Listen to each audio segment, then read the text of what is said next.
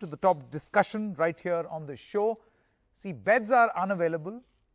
So is the claim in the national capital. We saw a story of a girl saying that her father died because a bed wasn't available. Private hospitals have been taken over. The one question that we want to ask is there actually a crisis in Delhi? Because you've got the state health minister speaking up against hospitals. You've got the central health minister saying don't indulge in politics. Now, private hospitals are unable to reserve 20% beds converted entirely as COVID hospitals. That's the update that is coming in. This is the first update. 5 government hospitals and 6 private hospitals are functioning as complete COVID hospitals. 61 private hospitals have been reserved for 20% COVID beds. Arvind Kejriwal has said that Delhi has 9,500 COVID beds and 2,300 patients. Then why is there this shortage, we ask? Delhi government actually converted 5 hotels and hospitals, adding 1,000 extra beds. This is what the Delhi government seems to be saying, that they roped in 10 hotels as quarantine centers. But there is a AAP versus centre battle taking place over COVID tests. AAP MLA levels allegations against Ram Manohar Lohia Hospital, where they say that 45% error is reported in COVID tests done by the Ram Manohar Lohia Hospital. The hospital says no compromise in quality of testing. The Delhi government says many labs are delaying results, including the RML hospital, and the Delhi government has ordered a probe against 8 labs for violating the protocols. The centre has now told the Delhi government that the government is indulging in politics, weakening the COVID fight. The centre also says the Delhi government should fix their own systems and not blame the RML hospital lab. So that's why I come back to the original question. Is all well as far as COVID management in the national capital is concerned? Raghav Chadha, MLA and spokesperson of the Aam Aadmi Party with us. Meena Ganesh, MD and CEO of Protea Medical, is also with us. Mamta Kale, leader of the BJP. Dr. Rajesh Parekh, Director, Medical Research, Jaslok Hospital.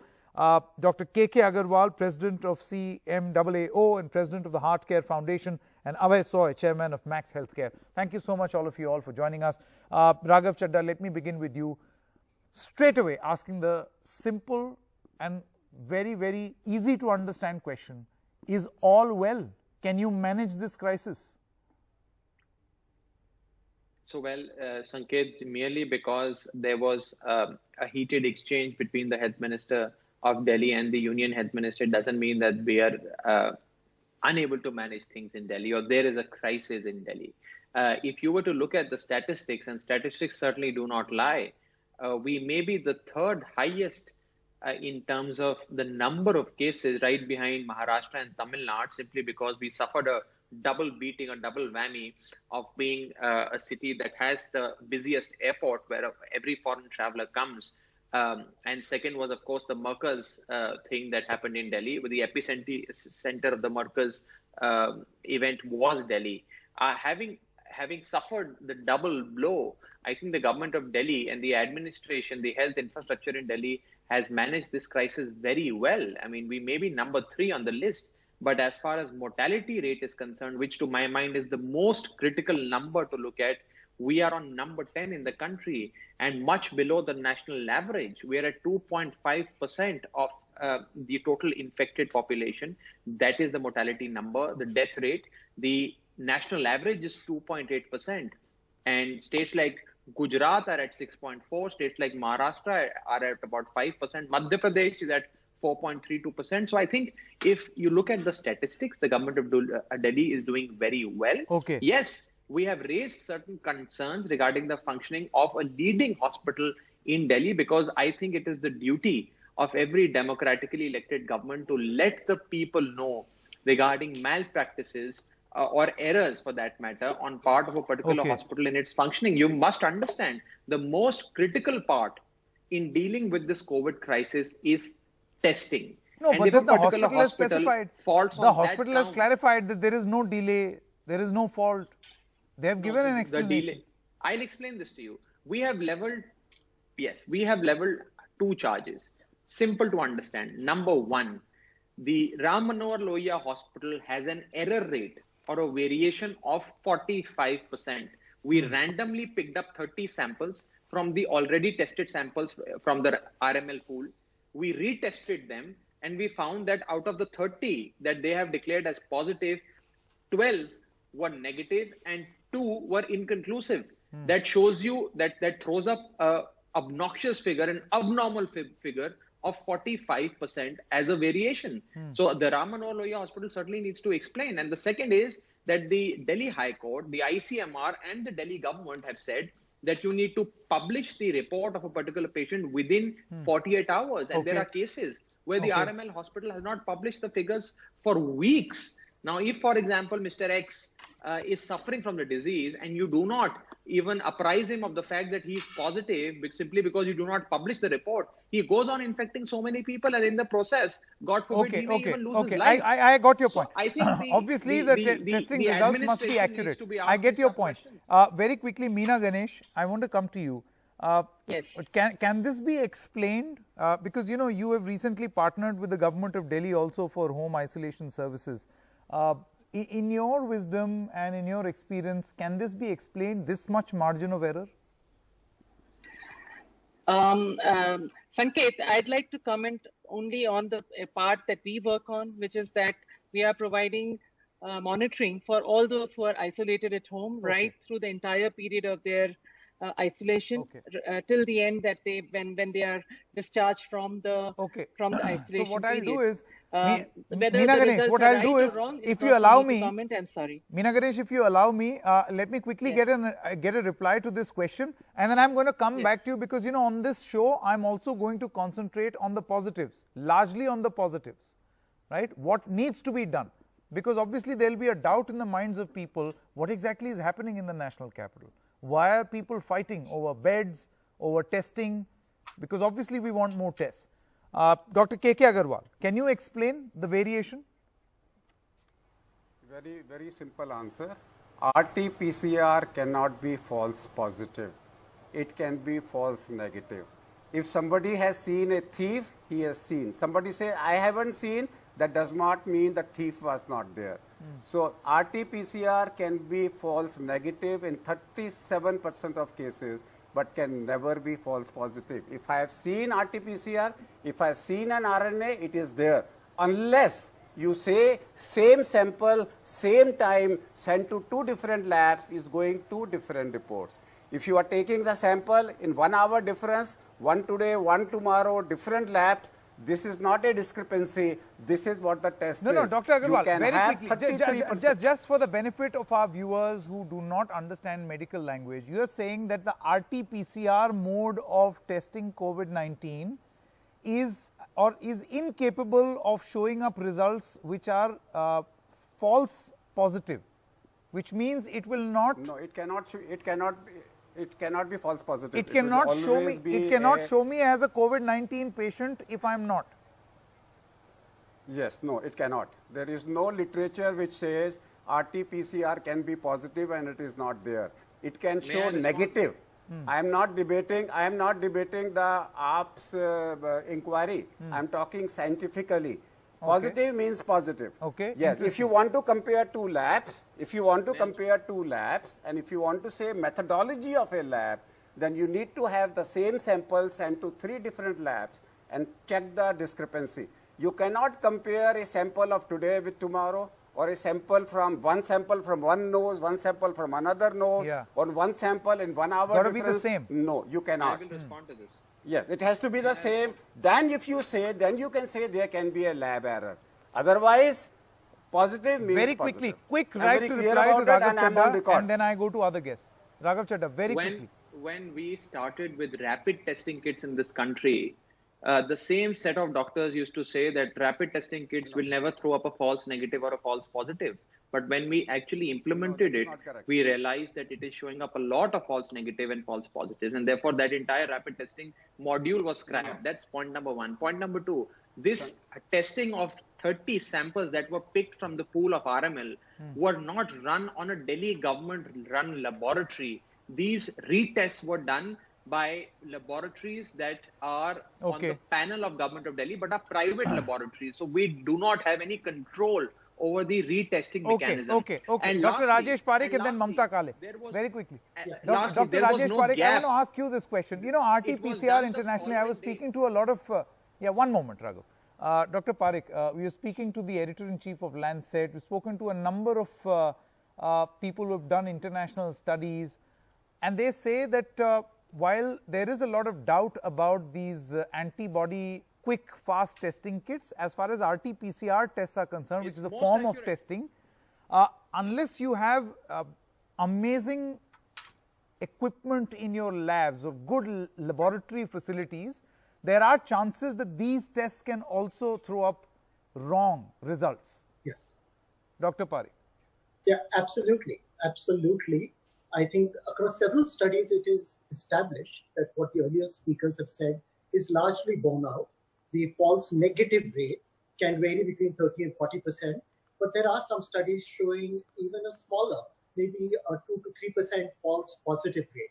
But I think what is more important, one is the rates, but I think the larger question is we're looking at two laboratories, and we are assuming that the second laboratory is a perfect lab with great reports and the first isn't.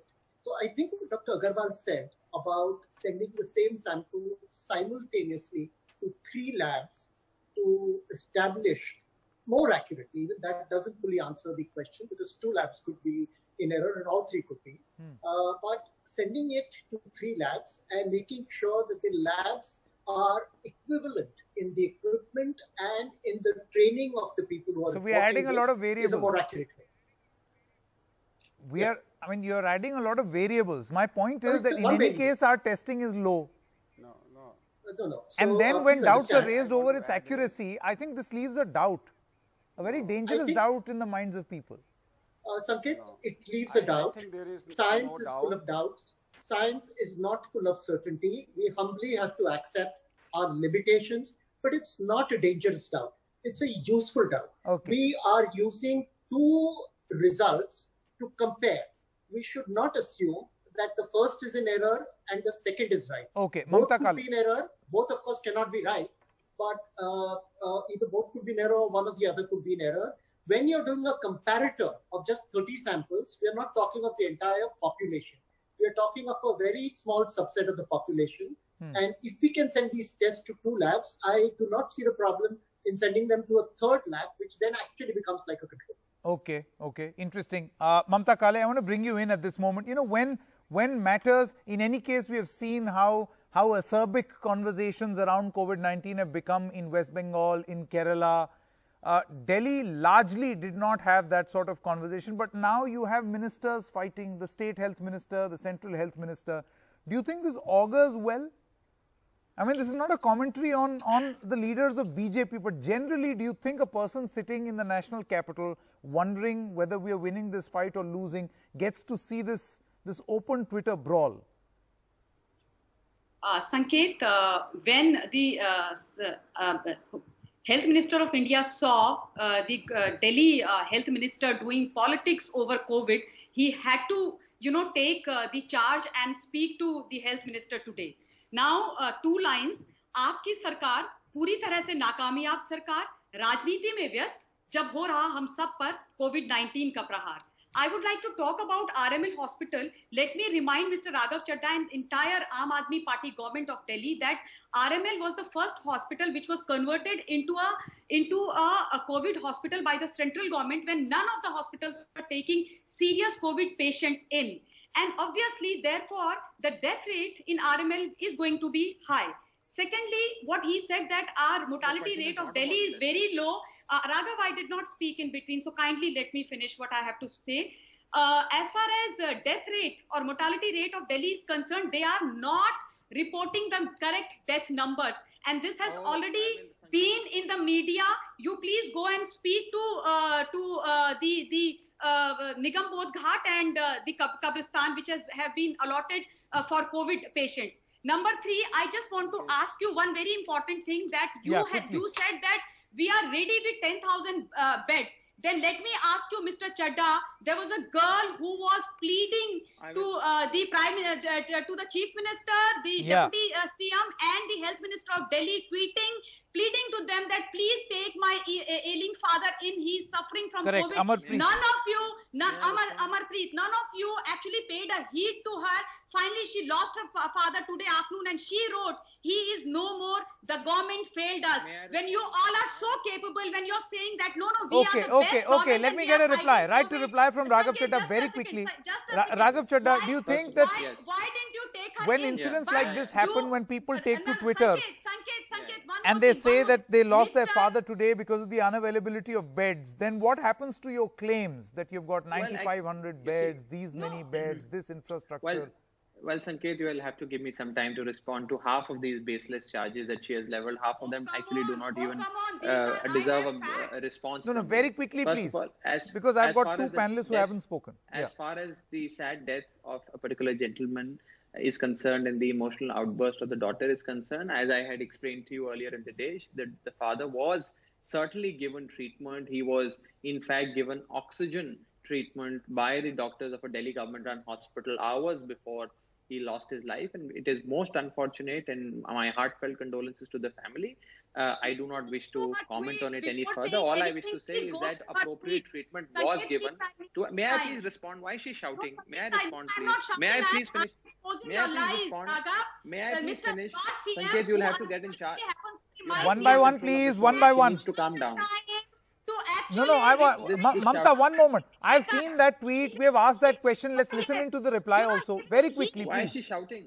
What is Haircut the reason of more shouting? important Can for she just calm Arvind down? Kejriwal than of a life of a gentleman. Okay, let's listen into the reply. I have to go to two other panelists also. They haven't spoken. Raghav Chadha, please, quickly. Yes, please. Thank you. Thank you so much. Now, you see, the hospital has also issued a press release informing you that the father was certainly given treatment. He was admitted into the hospital. Doctors were looking at him, and certainly the health of the concerned gentleman deteriorating, and unfortunately, we lost a precious life in Delhi. So therefore, I think the claim that he wasn't given treatment is entirely wrong, but I don't wish to comment on it any further. We've lost a precious life. It pains us as much as it pains the family of the bereaved person. That's one. Number two, on the point regarding the death rate, a petition was filed before the Delhi High Court challenging the figures published by the government of Delhi on account of the people, the lives that we've lost in Delhi. That petition had alleged that the government is not putting out the authentic numbers, and we are fudging the death numbers. The petition was dismissed, and the Delhi High Court said that the numbers published by the government of Delhi are accurate, and the death audit committee that vets these numbers before these numbers are published. Now, one moment. We've heard this rhetoric. We've heard Aap BJP. I want to move ahead. No, Raghav, one moment, please. You know, the moment we get into this, the whole day, there is BJP versus Aap that keeps happening. I have to move on something constructive for the viewers as well. She's the one who's leveling baseless Something constructive for the viewers. Give me Because 15 every seconds to finish day my point. there is the same point. This child, point every on child fudging is of death numbers is something which has been spoken about and replied also. Now, The may right I- to reply is done. on a completely Abhay Soy, different point. I want to come to you. Sanket, I have a Going question forward, to ask. you know, this coordination between private hospitals, governments, obviously everybody has to chip in. Everyone has to be seen to be fight. This is war. This is a war-like situation, and everyone has got to be, you know, they have to put their best foot forward. Now, I want to know from you this allegation generally against private hospitals that they're not doing enough, overcharging, not cooperating. How would you respond to this? So, Sanket, I think, let me start by giving you our experience. Very early on when the COVID crisis was hitting, this is, I think, within the first week of April itself, we had volunteered our flagship in Delhi, which is a 200-bed hospital, standalone hospital for the war against COVID. At the same time, we volunteered our flagship in Mumbai, which is Nanavati Hospital, and we nominated a separate block of about 140 beds over there. As far as we are concerned, this is perhaps going to be the biggest pandemic in living history, and there was no way that anybody, let alone us, would sit this one out. I think clearly this was for all of us, whether private or public, and that is really what the ethos, and I think that is what the emotion within the private sector is. Look, this is not a time for anybody to stick out, because once the dust settles, okay, we'll all look back in time and say, look, where were we when the greatest pandemic in living history, hit the globe? Correct. And, clearly, I don't think anybody wants to be seen to be ducking at that point of time. Now, having said that, we all find ourselves in positions, in situations which none of us are really trained for. Because running a healthcare enterprise is one thing where we are looking at the safety and the security of our patients and try to give them the best outcomes. But now the whole game seems to have been changed, because also about the safety and security of your healthcare employees. And I can tell you, we have 24,000 healthcare workers, and 400 of them have been infected.